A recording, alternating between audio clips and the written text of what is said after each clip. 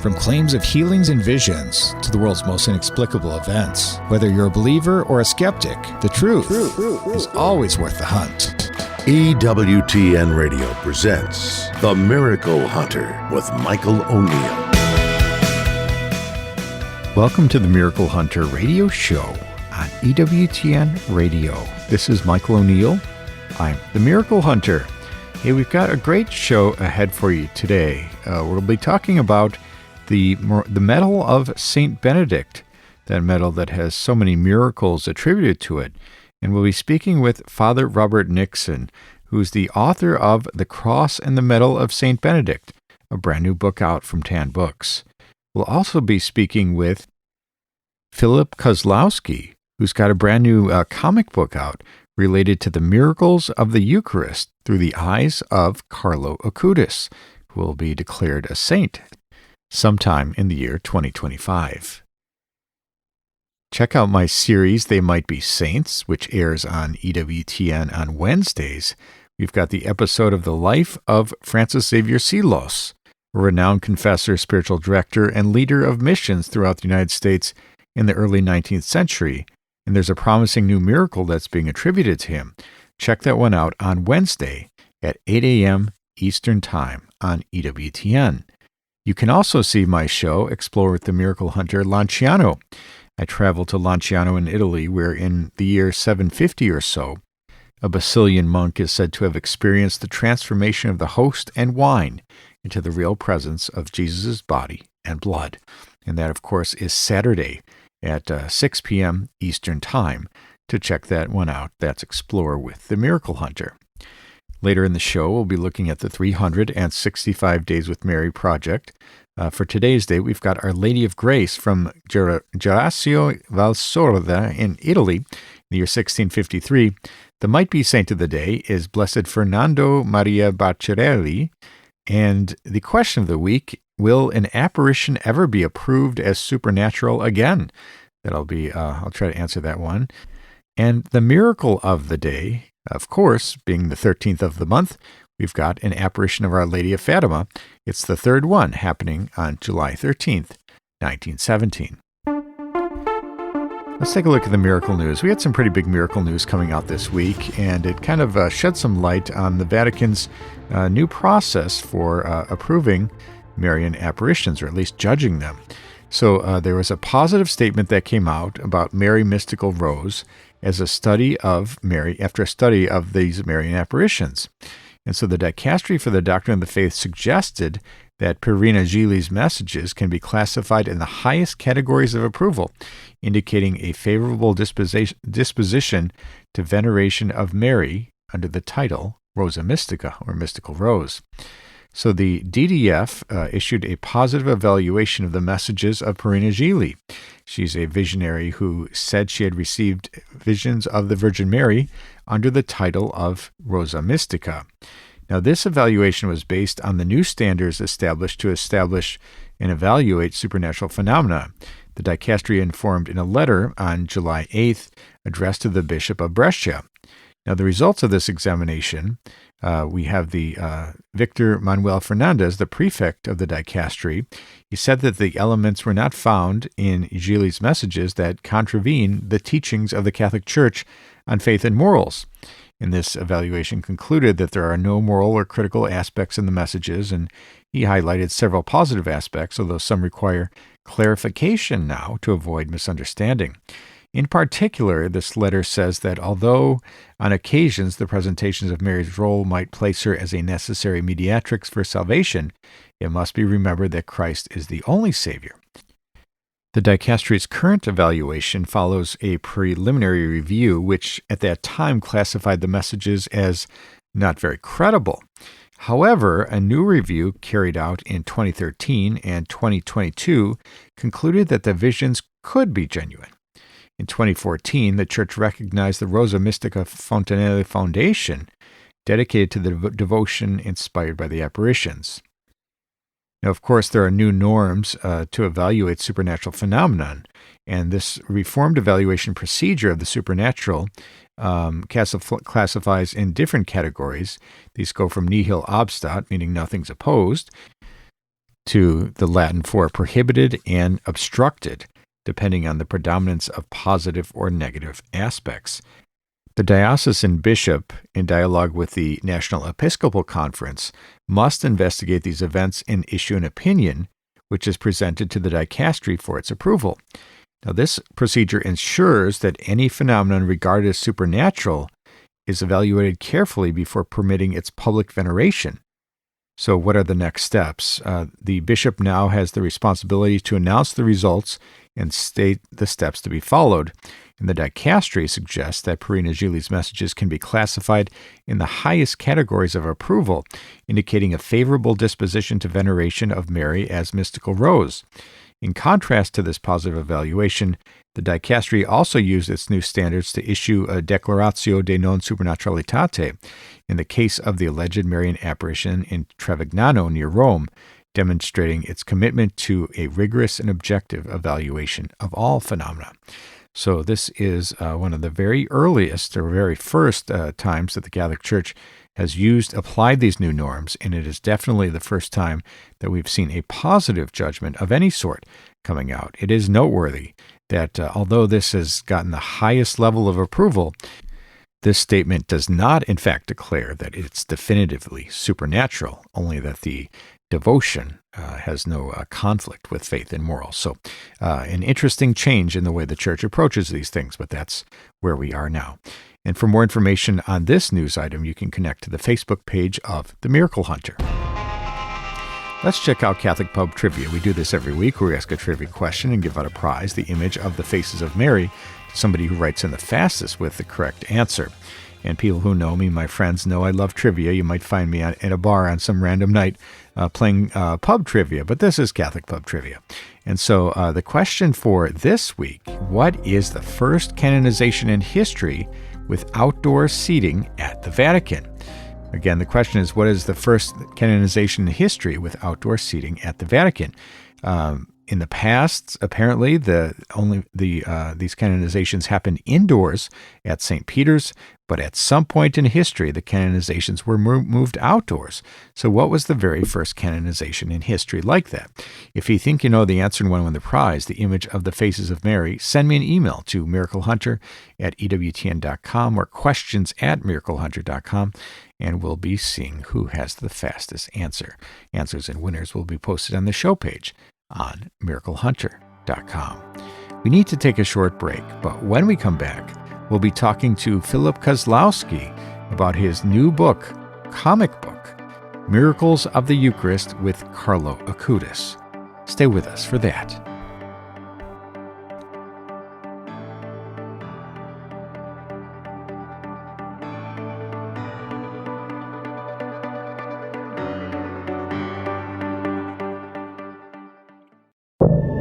Now, back to the Miracle Hunter on EWTN. Here's Michael O'Neill. Welcome back. You're listening to the Miracle Hunter radio show on EWTN Radio. This is Michael O'Neill. I'm the Miracle Hunter. People who tune into the show have heard me say on numerous times that my patron saint is Blessed Carlo Acutis, soon to be Saint Carlo, and I'm planning on going to his canonization, I hope anyway. And when I heard that the announcement was going to be on July 1st, the actual date of the canonization, I actually woke up a few times in the middle of the night to check my phone just to find out. But we're still waiting to find the exact date of this great saint for young people, and especially a great saint to talk about in this time of Eucharistic revival in our Catholic Church because of his interest in Eucharistic miracles and his great devotion to the Eucharist. And there's a brand new book out that's called Miracles of the Eucharist with Carlo Acutis, and that comes to us from Philip Koslowki, and he's a Catholic Media Award winner, and you might know him for his articles and otherwise through Aletheia. Welcome back to the program today, Philip. Yeah, thanks for having me. Well, I was excited to see another offering that you have related to Carlo Acutis. I know you've done work on him with him for the past in the past, different comic books and other things, and you've written numerous articles about him. I'm always excited to read your articles on Aletheia and to see the new things you're coming out with. And the name of your newest book is Miracles of the Eucharist with Carlo Acutis. And I know you've done other projects on him. What inspired you to turn to him again for this new project? Sure. Yeah. So one of the fascinating kind of highlights of Carlo Acutis' life is the Eucharistic miracle display that he developed. And if it's a display that's been kind of touring the country for many years. I mean, I recall seeing it. I think before I knew about Carlo Acutis, I had seen the Eucharistic miracle display, and ever since, it's definitely captured my attention. And so what we thought to do to kind of highlight these Eucharistic miracles that Carlo Acutis collected into a display is to kind of visually portray each of these miracles in kind of a story format. So like the Eucharistic miracle of Lanciano, we're doing kind of a few page like comic book story about that miracle and kind of portraying it in kind of that way. Wonderful. And so tell us a little bit about how many miracles are featured, or how did you organize the book? And how do you present these miracles to the reader? Sure. Yeah. So, so Carlo's display has, I think, over like 150 miracles included in it. And so, we realized we couldn't do all of them in a single book. And so our plan at the moment is to do kind of a series where we pick maybe like 3 or 4 of the miracles at a time, and then include them in this comic book, and then how we kind of frame it inside the comic book is probably something that probably happened, but we don't have like the exact words, but like having Carlo Acutis present these miracles to his friends. And so that's kind of interspersed between the stories of the miracles. We have Carlo kind of explain it to his teenage buddies to kind of bring it back into kind of the present moment. Wonderful. And for these comic books, tell us your role in this process. I know that you have a number of authors listed on the cover of Miracles of the Eucharist. Talk a little bit about your involvement. What role do you play in the creation of these comics, which are quite beautifully done? Sure. Yeah. So what I do, I'm the primary writer of pretty much all the comics that we do. And then what that involves is I write the script, which then includes not only the dialogue, but kind of like a vision for each of the pages. And then once that's kind of finalized, I hand that out over to the artist. And then the artist will kind of take a look at it.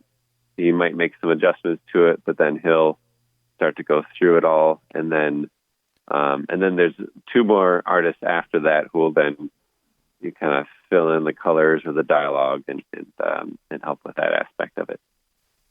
Wonderful. And of course, with all comic books, I think that there are people of different ages who might be interested in this. Like I say, it's beautifully written and illustrated. These comic books are. But your primary audience, I'm assuming, is for younger people. What is your hope with presenting things like Miracles of the Eucharist to young people? How can that catch their attention or inspire people in this comic book format? Sure. Well, we definitely live in a visual culture, and sad to say, a lot of our kids are reading books less and less. It's becoming more difficult for children to read, and partly because of all the distractions of the world. But kind of the good thing about comic books is that it can kind of grab their attention and kind of bring them into the story, and then it kind of breaks that barrier. Because if even if you had the greatest book in the world and you give it to a 12-year-old, it's possible that that child will never pick it up because they open it and all they see is lines of text. And so it's but with a comic book, it's much more easier to read. It's just and then it can also it can be more compelling. It's to kind of pique their interest and hopefully to lead them to a deeper relationship with God and to see the beauty of the Eucharist and basically our hopes are similar to what Carlo had when he created the Eucharistic miracle display. He wanted to show the world that Jesus is truly there in the Eucharist, and these miracles are just really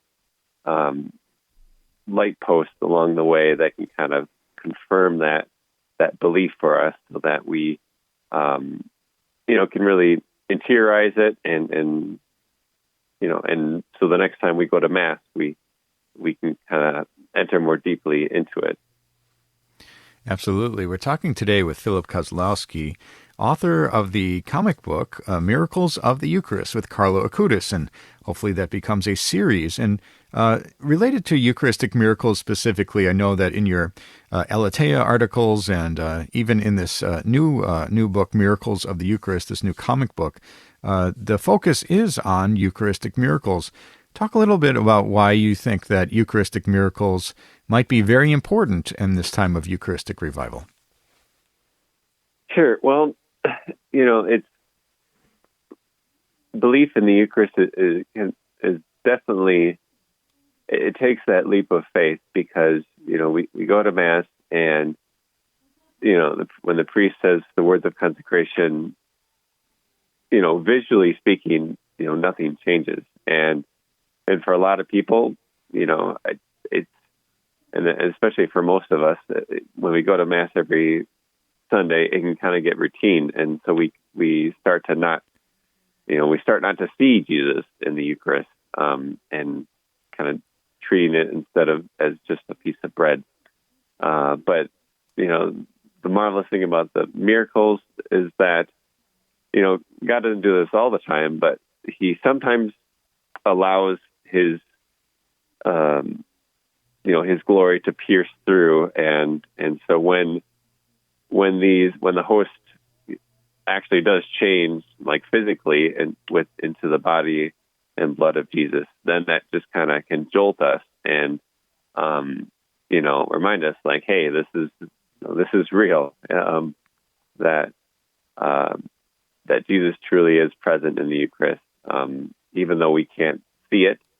But, especially in my own faith life, the Eucharistic miracles have kind of bolstered my beliefs and just kind of confirm, like, whenever I waver or kind of start to doubt, like, when I go back to the Eucharistic miracles, I kind of rest assured, like, okay, this is true. This really does happen. Yeah, it's an amazing boost to faith, Eucharistic miracles are. We've been talking today with Philip Koslowki, author of this new comic book and hopefully comic book series, Miracles of the Eucharist, with Carlo Acutis. And for people who want to pick this one up, perhaps they want to get it for their own family members or children to, like you say, give children a visual guide to some of these great moments in history where we've had Eucharistic miracles, and maybe that inspires faith. I can imagine there are parents out there who would be very interested in getting this book, and perhaps people would be interested in reading it for themselves, children or otherwise. But where can people pick up Miracles of the Eucharist with Carlo Acutis? Sure, yes. It'll be available at voyagecomics.com, and you'll be able to get your copy there. We're so grateful to you, Philip Koslowki, for joining us on today's program and talking to us about Miracles of the Eucharist with Carlo Acutis, the brand new comic book and comic book series coming out through Voyage Comics. We're so grateful for you being on the program today, and keep up your great work. Great. Thanks for having me. And that was Philip Koslowki from Voyage Comics talking to us about Miracles of the Eucharist, this brand new comic book and series coming out from Voyage Comics. I encourage people to check this one out. We need to take a short break, but when we come back, we're going to be looking at the question of the week. Stay with us for that.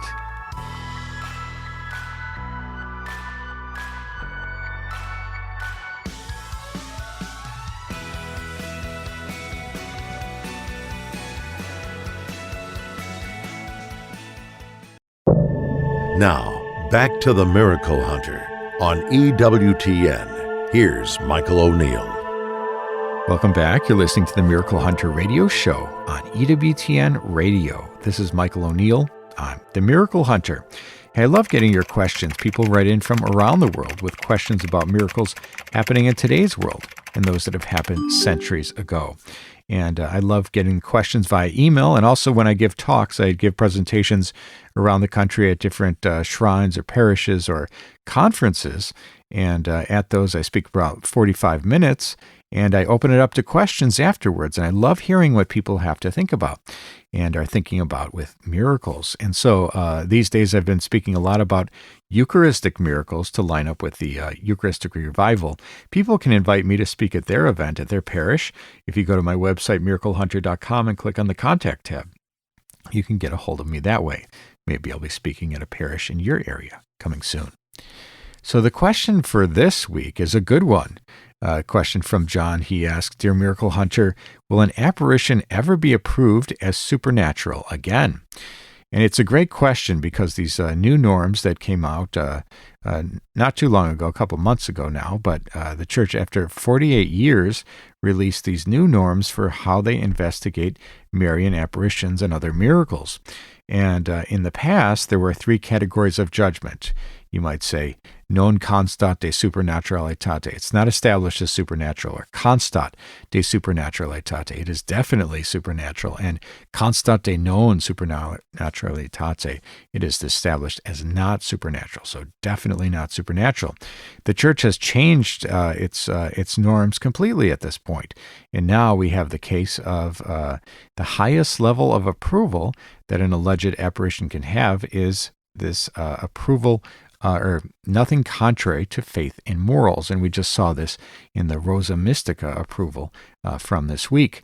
The Church no longer says something is established as supernatural. There is sort of a clause or a section in that new document that came out that says the Pope or the congregation can take it under review if they want to, even though it's got nothing contrary to faith and morals, and that's the official ending point. The Church, through the Pope, could go on and approve something as supernatural. Now, they don't give any of the mechanisms for how that would happen, or if the local bishop needs to recommend that, or the status of how long that would take, or when and where that would happen. We don't know any of that. And so my answer to this is we very likely will never see something approved as established as supernatural ever again. That might be a thing of the past. The apparitions of Lourdes, Fatima, Guadalupe, and a handful of others, maybe 16 in total in history where the Vatican has recognized them. This doesn't seem likely in the future, according to these new norms. So that's just my guess. Maybe somebody else has a different opinion about that, but I really don't think we'll ever see an apparition approved as supernatural. So I hope I'm wrong on that one. I hope that there's some definitively interesting case that the Church says we must declare this to be supernatural. But as it stands right now, I think it seems that the dicastery is pretty content to say either contrary to Church teaching or it's clear of Church teaching, and that's as far as they'll go. So thanks, John, for your great question. If you have a question for the Miracle Hunter, you can send me an email to questions@miraclehunter.com, and maybe I'll be answering your question on the air next week. Let's take a look at the 365 Days with Mary segment. We do this every week where we talk about the Marian devotion of the day as it lines up exactly to the day's date. We all know Fatima, May 13th, or February 11th, Lourdes, or December 12th, Our Lady of Guadalupe. But believe it or not, there's a different Marian devotion for each and every day of the calendar year. So for today's date, we've got Our Lady of Grace from Grezia del Sorda in Italy in the year 1653. And the story goes that on Sunday, July 13th, 1653, Mary, a young deaf mute with no parents, was laying flowers in front of a Marian image when, for the first time, she heard a voice. The voice said, "Go and bring me the most beautiful dress in your clothing trunk." The news of the miraculous voice spread quickly, and people ran to venerate the Virgin Mary in the small chapel at the top of the hill. 9 years later, on Whit Monday, 1662, the image of Our Lady was solemnly crowned. On April 3rd, 1858, another miracle happened, the healing of a paralytic Magdalene Girardi. After years of immobility, she was healed in this sanctuary, and cholera epidemics were averted in 1630 and 1835 through the intercession of Our Lady of Grace. And today's devotion again was Our Lady of Grace from Grezia del Sorda in Italy in the year 1653. For more information on this devotion, or any of the hundreds of Marian devotions from around the world, you could connect to the Facebook page of 365 Days with Mary, or go to the website, 365dayswithmary.com. Let's take a look at the miracle of the day. We do this each week, and we've been doing this year, where we find a miracle that happened in history that lines up to the day's date. And today is the 13th of the month, and of course, you would guess that we have an apparition of Our Lady of Fatima because of that famous 13th of the month timing. And so for July 13th, 1917, Mr. Marto, the father of Jacinta and Francisco, the two of the visionaries of Fatima, they noticed that when the third apparition began, a small grayish cloud hovered above the elm oak. The sunlight diminished, and a cool breeze blew over the mountain range, despite it being the height of summer. He also heard something like flies inside an empty jug. The seer saw the customary glare and then Our Lady over the oak. Lucia said, "What does your grace wish of me?" And Our Lady said, "I want you to come here on the 13th of next month and to continue to pray the Rosary every day in honor of Our Lady of the Rosary, in order to obtain peace for the world and an end of the war, for she alone can be of any avail." Lucia said, "I would like to ask you to tell us who you are and to perform a miracle so everyone will believe that your grace appeared to us." And Our Lady says, "Continue to come here every month. In October, I will tell you who I am and what I wish, and I will perform a miracle that everyone shall see so they believe." Lucia then made a number of requests for conversions, cures, and other graces, and Our Lady recommended the constant recitation of the Rosary. Thus they would obtain those graces during the year.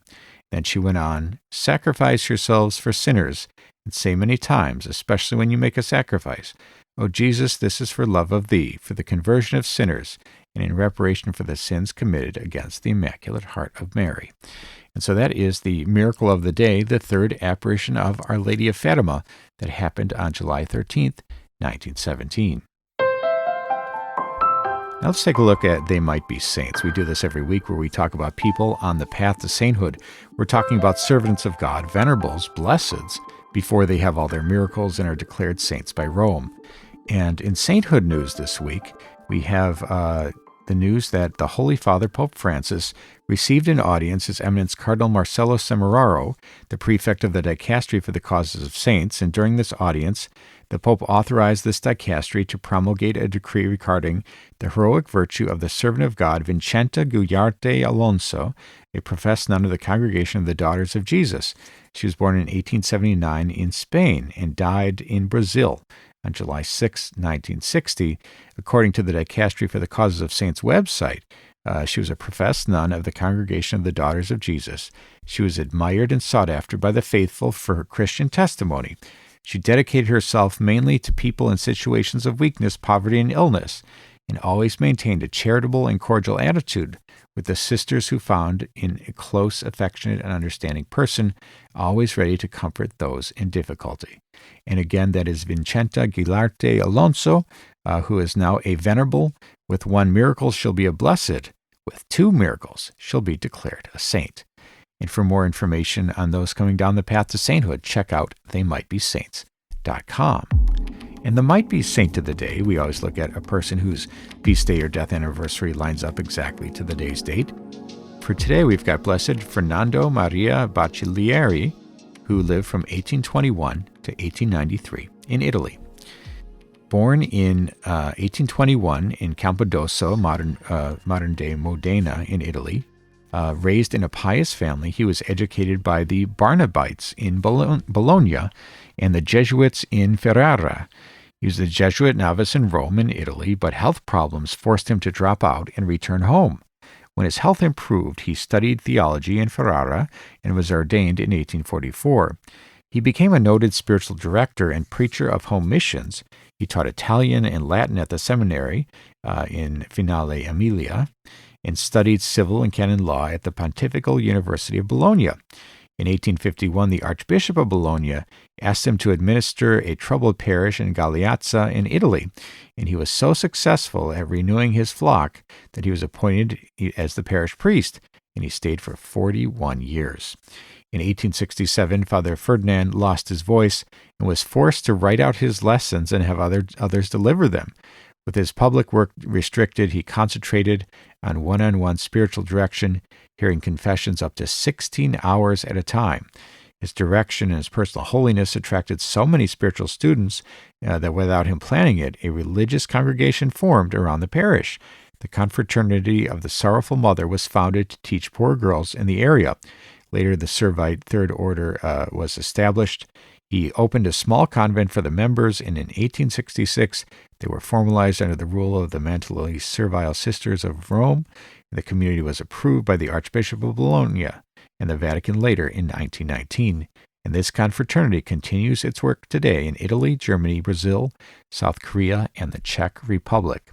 He died on July 13, 1893, of natural causes, and was declared venerable on April 6, 1995 by Pope John Paul II, and he was also then declared blessed on October 3, 1999 by Pope John Paul II. With one miracle, Blessed Ferdinand will be known as Saint Ferdinand, and he is the Might Be Saint of the Day. And for those people who want to tune into the television series, They Might Be Saints, you can tune in every Wednesday at 8 a.m. Eastern Time. And for this week, we have They Might Be Saints, Francis Xavier Seelos.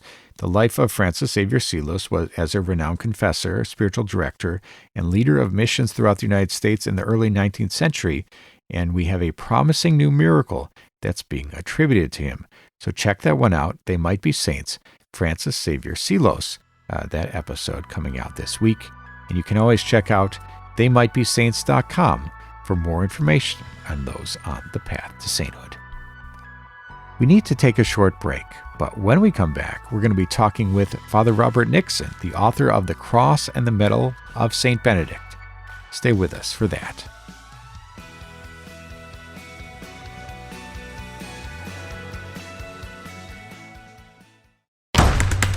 Now, back to the Miracle Hunter on EWTN. Here's Michael O'Neill.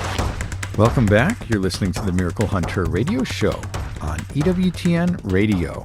This is Michael O'Neill. I'm the Miracle Hunter. People who tune into the show, and maybe people who don't, know that I do a television series called Explore with the Miracle Hunter, and I love traveling around the world to the most beautiful places of miracles, the shrines and other places that have sprung up as a result of some of the great miracle workers in history. One of my favorite episodes that we did related to Monte Cassino in Italy, and that is the place of Saint Benedict of Nursia. And you probably all know him as the great saint, the father of Western monasticism, and the Saint Benedict medal is one of the most famous medals in circulation in the Catholic Church.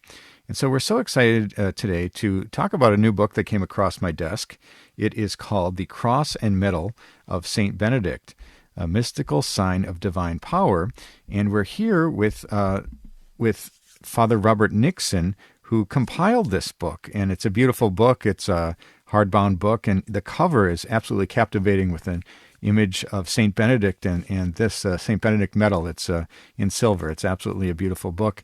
And the book goes through some of the history of this medal and the devotion and also some of the miracles that are attributed to it. So we're so grateful today to be joined by Father Robert Nixon from Australia. Welcome to the program today. Thank you, Michael. It's a pleasure to be with you. Thank you. And I was excited to receive this book. I think it's so well done, and it's a fascinating compilation. How did you decide to start this project, and how did you decide what writings would go into this book? What led me to do this was my observation of how popular and prevalent the medal of St. Benedict has become in recent times. And I was struck by this. And I realized that a lot of people who possess the medal, who wear the medal, don't actually know all of its meanings and all of the history and the powers attached to this wonderful devotional article. So I thought it would be a great thing to compile it together, as well as including a history of St. Benedict and a short history of the Benedictine order, for the information of people who know the effectiveness of this medal, but are keen to understand it more, to know more about the fascinating story behind it. Absolutely. And so when we talk about St. Benedict, most people know him as one of the most famous saints in all of Catholicism. How would you describe the man, St. Benedict, and in the work that grew up around him? So St. Benedict was a man who was dedicated to the contemplation of the glory of God. And he must have had tremendous wisdom and personal ability, because around him sprang up a community of people who wanted to live a life of prayer and simplicity. And it wasn't just one community. Benedictine monasteries spread throughout all of Europe. And it would be fair to say, in the early Middle Ages, they became the very foundation of Western Christendom. And during his own life, he was gifted with a particular power against the forces of evil. This power came both from his wisdom and his sanctity. So I think it's very appropriate that this medal is used by so many people to protect them from the forces of evil. And there are many stories of St. Benedict during his life, and even after his death, people prayed to him to be freed from evil. And so this medal, how did the medal itself come to be? Was this something that came as a result of St. Benedict directly, or did people come up with this after his death? It doesn't date back to the times of St. Benedict, although Benedict himself had a reputation for being able to dispel the forces of evil. We know, at least in a couple of instances, where demons were tormenting people and Benedict was able to see them and put them to flight. But this medal seems to have its origins in one particular part of Germany. And the story is that in the year 1647, a whole coven of witches were arrested, and they revealed that they weren't able to attack this particular village. And the reason was that the people who lived in that area all wore this medal, which came from a local Benedictine monastery. And so it appears that the medal originated in this one particular place, probably in about the year 1000 or 1100. And once it had become known that the powers of this medal were there to protect people from the forces of evil, from the forces of demons and of witchcraft, its popularity quickly spread throughout all of Europe, so much so that the Pope, about a century later, gave it official approval and blessing, and attached quite a number of indulgences and blessings to it. Wonderful. And I think that there's been a great history with this medal. I know many people who wear this medal or have this medal in their home. It's important to a lot of friends and people that I know. And many miracles have been attributed to the medal. In your book, The Cross and the Medal of St. Benedict, this new book out from Tan Books, talks about some of the miraculous phenomena, perhaps, that's been attributed to the medal. What can we say regarding miracles and this medal? It does indeed. And, there was, of course, the very first discovery of its miraculous power of annulling or expelling the power of witchcraft. And this was a very prevalent thing in Germany at that time. But then there were subsequent miracles happening shortly afterwards, which were very carefully documented. And one included a young girl who was unable to control her tongue. So she would involuntarily utter obscenities and random words and so forth.